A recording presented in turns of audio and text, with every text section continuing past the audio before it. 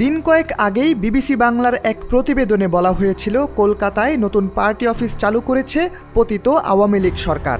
তারপর দেশীয় কয়েকটি গণমাধ্যমে খবর চাউর হয় আগামী জাতীয় সংসদ নির্বাচনকে পণ্ড করতেই আবার সক্রিয় হচ্ছে দলটি।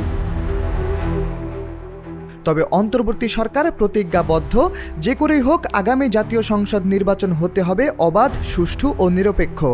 এই লক্ষ্যকে সামনে রেখেই ভারতের মাটিতে আওয়ামী লীগের রাজনৈতিক কার্যক্রমের বিষয়ে কড়া অবস্থান জানিয়েছে বাংলাদেশ সরকার। 20 আগস্ট পররাষ্ট্র মন্ত্রণালয় থেকে পাঠানো এক বিবৃতিতে ভারতের মাটিতে আওয়ামী লীগের সব রাজনৈতিক অফিস বন্ধ করার আহ্বান জানানো হয়। পররাষ্ট্র মন্ত্রণালয়ের বিবৃতিতে বলা হয়, মানবতাবিরোধী অপরাধের দায়ে দণ্ডিত পলাতক কয়েক আওয়ামী লীগ নেতা এখনও ভারতে অবস্থান করছেন।